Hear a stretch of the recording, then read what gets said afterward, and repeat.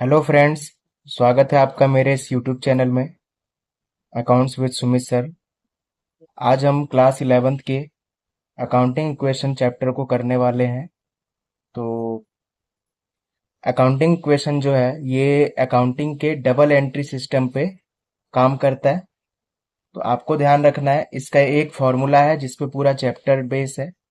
तो आप फॉर्मूले का ध्यान रखिए, assets equal liabilities plus capital.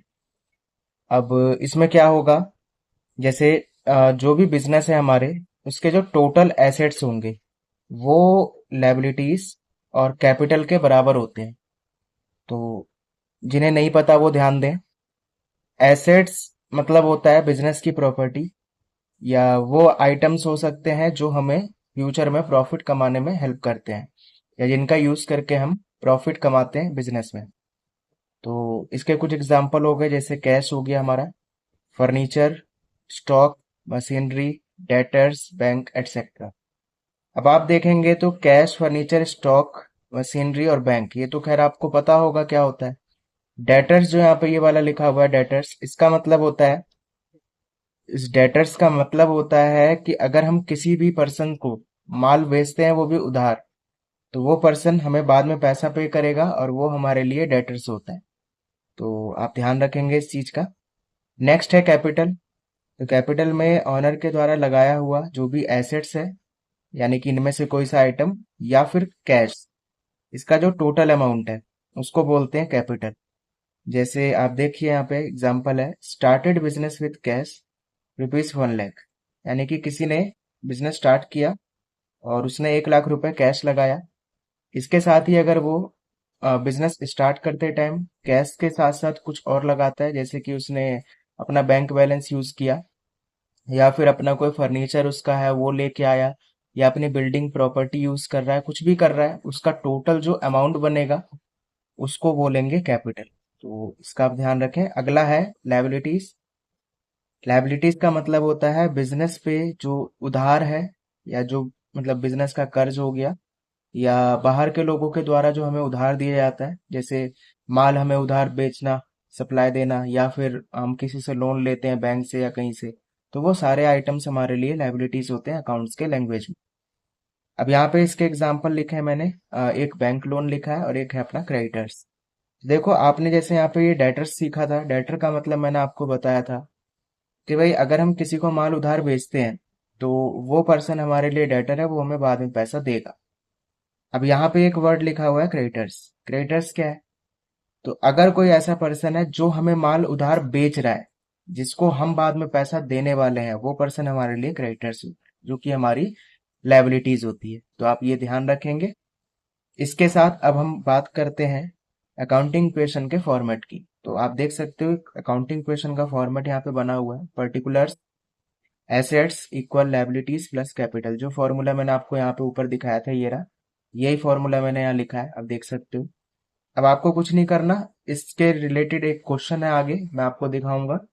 बस आप ध्यान देना, जैसे यहाँ पे एसेट्स है तो क्वेश्चन में आपको पहले देखना पड़ेगा एसेट्स कौन कौन से हैं, वो आप यहाँ पे लिखोगे एक एक करके। जैसे आपने यहाँ पे कैश लिख दिया मान लीजिए, फिर bank balance, stock, furniture, machinery, building, जो भी होगा वो सारा आएगा। लायबिलिटीज में जो भी होगा, जैसे लोन हो गया, क्रेडिटर्स हो गया, या और भी कोई आइटम है तो वो उसके नीचे आपको लिखना है। और कैपिटल के नीचे कुछ नहीं, वहां पे सिर्फ कैपिटल रहेगा। तो ये आप ध्यान रखेंगे। अब हम आते हैं अपने क्वेश्चन पे जो मैंने यहाँ पे आपके लिए प्रिपेयर किया हुआ है, आप देख सकते हो पूरा क्वेश्चन है यहाँ पे। हाँ, ध्यान दीजिए थोड़ा सा, क्वेश्चन पे हम सॉल्व करने वाले हैं क्वेश्चन को। सबसे पहले क्वेश्चन पे आते हैं। यहाँ लिखा हुआ है prepare the accounting equation from the following transaction, यानी कि हमें यहाँ पे ये कुछ ट्रांजेक्शन दिए हुए हैं, इनसे अकाउंटिंग इक्वेशन जो है वो प्रिपेयर करना है। तो फर्स्ट ट्रांजेक्शन आप देखिए, लिखा है स्टार्टेड बिजनेस विद कैश ₹1,00,000। मतलब कोई ऑनर होगा बिजनेस का, उसने बिजनेस स्टार्ट किया और उसने 1,00,000 रुपए यहाँ पे कैश इन्वेस्ट किया है, पैसा लगाया है। तो मैंने आपको बताया था कि अगर कोई भी कैश लगाता है या फिर कुछ भी लगाता है बिजनेस स्टार्ट करते टाइम, तो वो हमारे लिए एक ना एक एसेट्स का काम करता है। दूसरी चीज, उसके लिए हम कैपिटल वर्ड का भी यूज करते हैं। तो इसके आगे देखिए बी पार्ट में, परचेज्ड गुड्स इन कैश ₹50,000। यहाँ पे ये जो गुड्स वर्ड लिखा हुआ है इसका मतलब होता है माल जिसका हम बिजनेस करते हैं। तो जो बिजनेस पर्सन है उसने क्या किया, उसने गुड्स खरीदा है कैश में, वो भी 50,000 रुपये लगाकर। तो ये चीज है। तीसरी ट्रांजेक्शन है purchase from Raj goods of ₹20,000 on credit.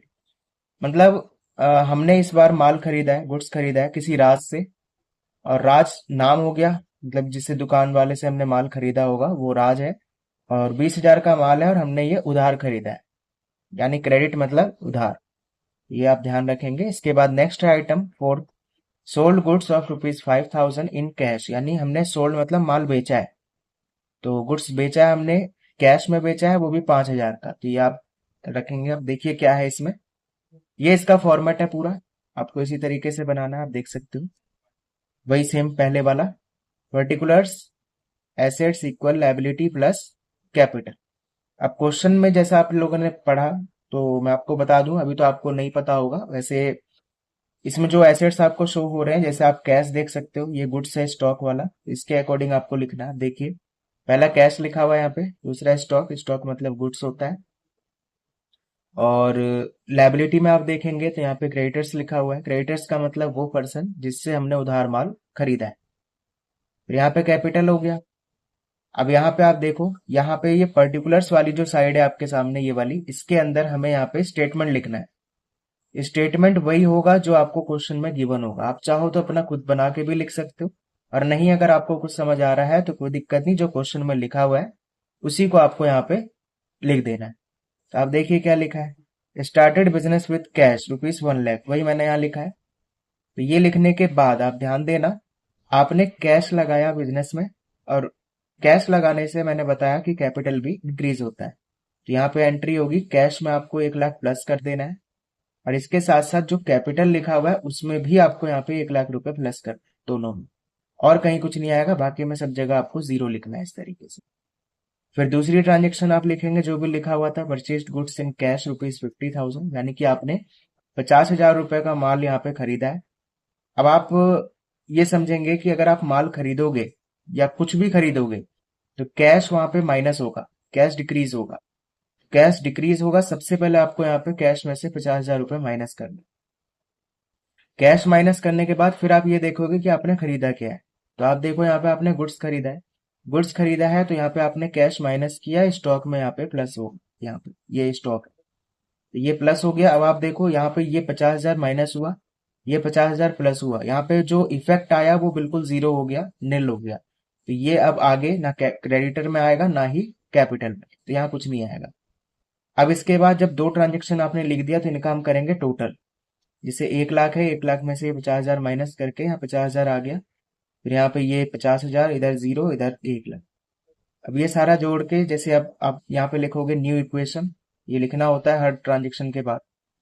फिर तीसरी transaction purchase goods from Raj on credit, वही सेम जो लिखा हुआ था वही मैंने लिखा है, ये आ गया। अब यहाँ पे आप ध्यान दीजिए थोड़ा सा, आपने इस बार भी गुड्स खरीदा है यानी स्टॉक खरीदा है, लेकिन इस बार आपने बिना कैश के उधार खरीदा है, क्रेडिट मतलब उधार।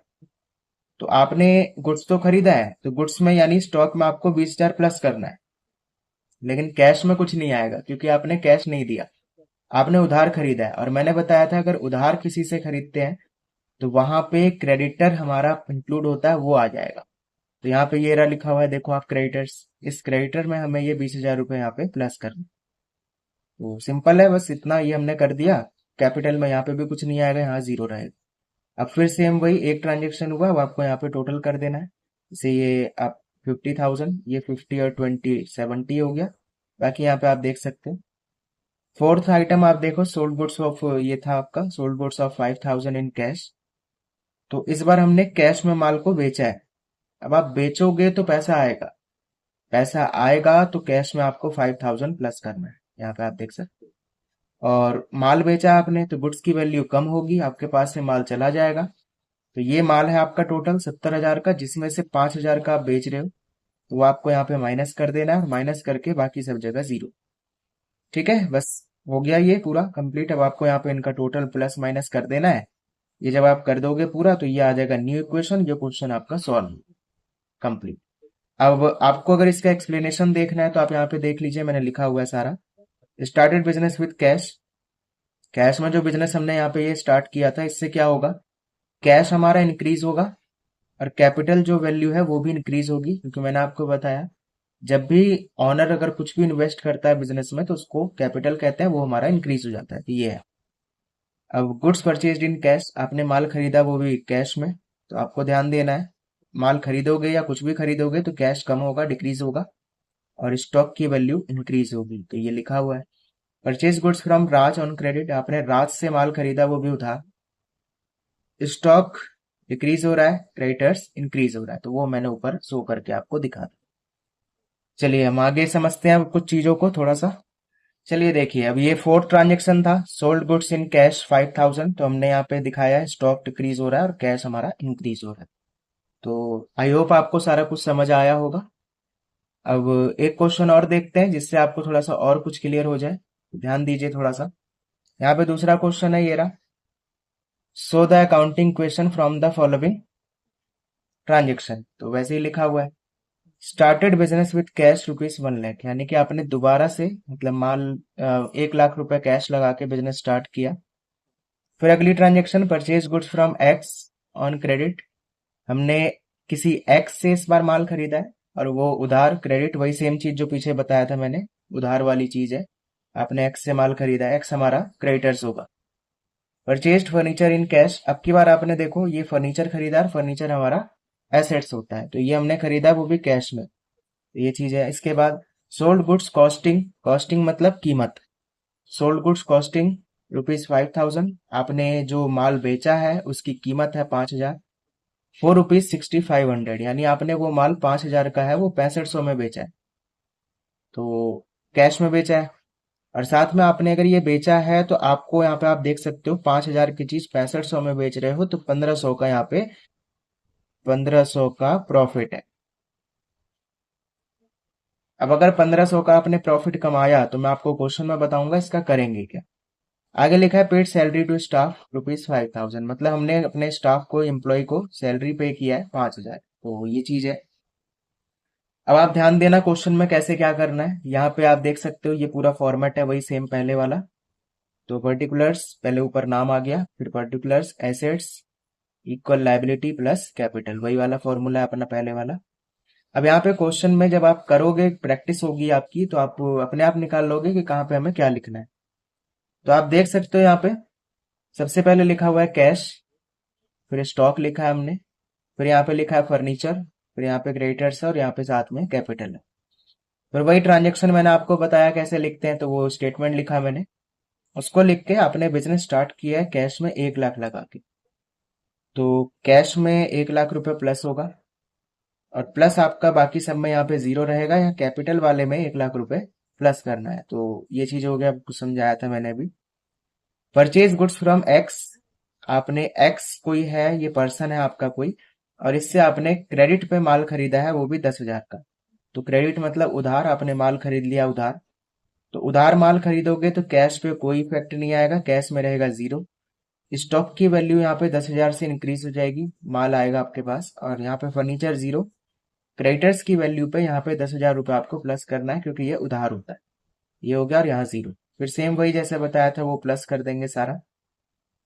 तीसरी ट्रांजेक्शन है परचेज फर्नीचर इन कैश ₹20,000, आपने इस बार ये फर्नीचर खरीदा है जो कि हमारा एसेट्स होता है और वो कैश में खरीदा है, तो फर्नीचर जो है हमारा एसेट्स ये इंक्रीज हो जाएगा और कैश की वैल्यू डिक्रीज हो जाएगी। तो आप देखो यहाँ पे कैश ये रहा 1,00,000, इसमें से हम 20,000 रुपए माइनस करेंगे फर्नीचर की वैल्यू, और फर्नीचर यहाँ पे है ये रहा, तो इसमें आपको यहाँ पे इधर प्लस करना है, आपको ऐसा नहीं करना कि आप कहीं और प्लस कर दें, जो जहां पे लिखा होगा उसी के अकॉर्डिंग आपको प्लस करना होता है। तो ये 20,000 यहाँ पे माइनस, यहाँ प्लस, बाकी कहीं नहीं आएगा, इधर सब जगह जीरो रहने वाला। बाकी आपको यहाँ पे प्लस माइनस कर देना, यहाँ पे ये 80,000 बचेगा, इधर 10 है, इधर 20,000, इधर भी 10,000 और इधर 1,00,000। अब मैं आपको एक इंटरेस्टिंग चीज बताता हूँ, आप इसमें चेकिंग भी कर सकते हो कि हमारा क्वेश्चन सही है या गलत चल रहा है। तो आपको देखो करना क्या है, जैसे कि हमारा ये वाला फॉर्मूला है assets equal liability plus capital, तो आप क्या करोगे, जैसे यहाँ पे आप देखो ये हमारा लायबिलिटी है, ये हमारा कैपिटल है, आप इन दोनों को प्लस करिए, ये टोटल बनेगा 1,10,000 रुपए, और ये टोटल हमेशा इसके बराबर आएगा। तो ये हो गया आपका 80,000 प्लस 10,000 और प्लस 20,000, ये भी हो गया आपका 1,10,000। तो आप ध्यान रखेंगे इस तरीके से ये दोनों साइड का टोटल हमेशा इक्वल होगा। अगर ये चेंज होता है तो क्वेश्चन में एरर है, आप ध्यान रखें। अब आते हैं हम अगले पे, फोर्थ ट्रांजेक्शन पे। तो ये है fourth transaction, sold goods costing ₹5,000 for ₹6,500 in cash. हमने यहाँ पे माल बेचा है जिसकी कीमत है ₹5,000, और हमने उसको इस बार 6500 में यानी ₹6,500 में बेचा है, वो भी कैश में। तो सबसे पहली चीज, हमारे पास से माल जाएगा और कैश आएगा। तो कैश में हमने प्लस कर दिया जितना आएगा ₹6500। गुड्स में से यानी स्टॉक में से ₹5,000 माइनस किया। अब आप अगर यहाँ पे नोटिस करोगे तो क्वेश्चन के अंदर आपको ₹1,500 का प्रॉफिट होगा, जो मैंने आपको बताया था। अब जो प्रॉफिट होता है वो कहीं ना कहीं कैपिटल में आपको प्लस करना है, यहाँ पे ये रहा। ठीक है, तो आप ध्यान देंगे, अगर आपको नॉर्मल आपने माल बेचा है 5,000 की चीज 5,000 में, फिर तो कोई दिक्कत नहीं है। अगर आपको प्रॉफिट हो रहा है बेचने पर, तो आपको एंट्री वहां पे कैपिटल में इसको जोड़ना है। प्रॉफिट कैपिटल में जुड़ेगा, वो ऑनर का होता है। और अगर मान के चलिए यहाँ पे 5,000 की चीज आप 4,000 में बेच रहे होते, तो 1,000 का जो लॉस होगा वो भी आपको कैपिटल में यहाँ पे माइनस कर। तो इसका भी आप ध्यान रखेंगे, आगे क्वेश्चन में वो भी आएगा। तो अब इसके आगे क्या करेंगे, वही सेम प्लस माइनस। ये 80,000 है, ये 6,500 है, प्लस करेंगे 86,500। फिर यहाँ पे ये माइनस किया हमने, ये 5,000 आ गया, इधर 20,000, इधर 10, और इधर ये आ गया, ये 1 लाख है, और ये आपका 1,500 है, जोड़ के ये आ गया 1,01,500। अब इतना आपको समझ आया होगा। नेक्स्ट आइटम, फिफ्थ पॉइंट है, लिखा है पेड सैलरी टू स्टाफ ₹5,000। आपने यहाँ पे स्टाफ को सैलरी दिया है इस बार ₹5,000।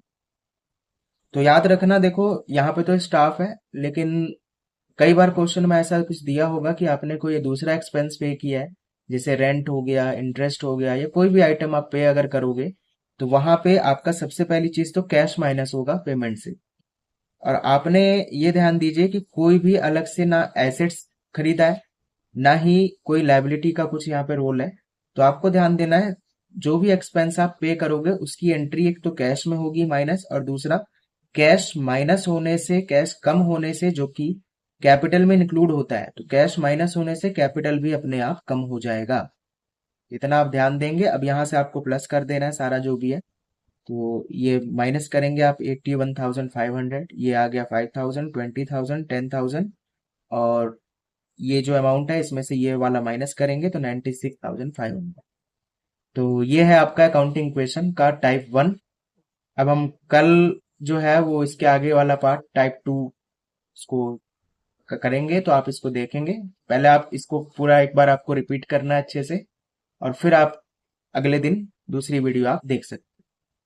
तो आई होप आपको समझ में आया होगा। बाकी आप इसको रिपीट करिए। अगर आपको अच्छा लगे तो लाइक करिए, और चैनल को सब्सक्राइब कीजिए, ऐसी रोज वीडियो आती है तो आप उसको देख सकते हैं, आपको समझ में आएगा। ठीक है।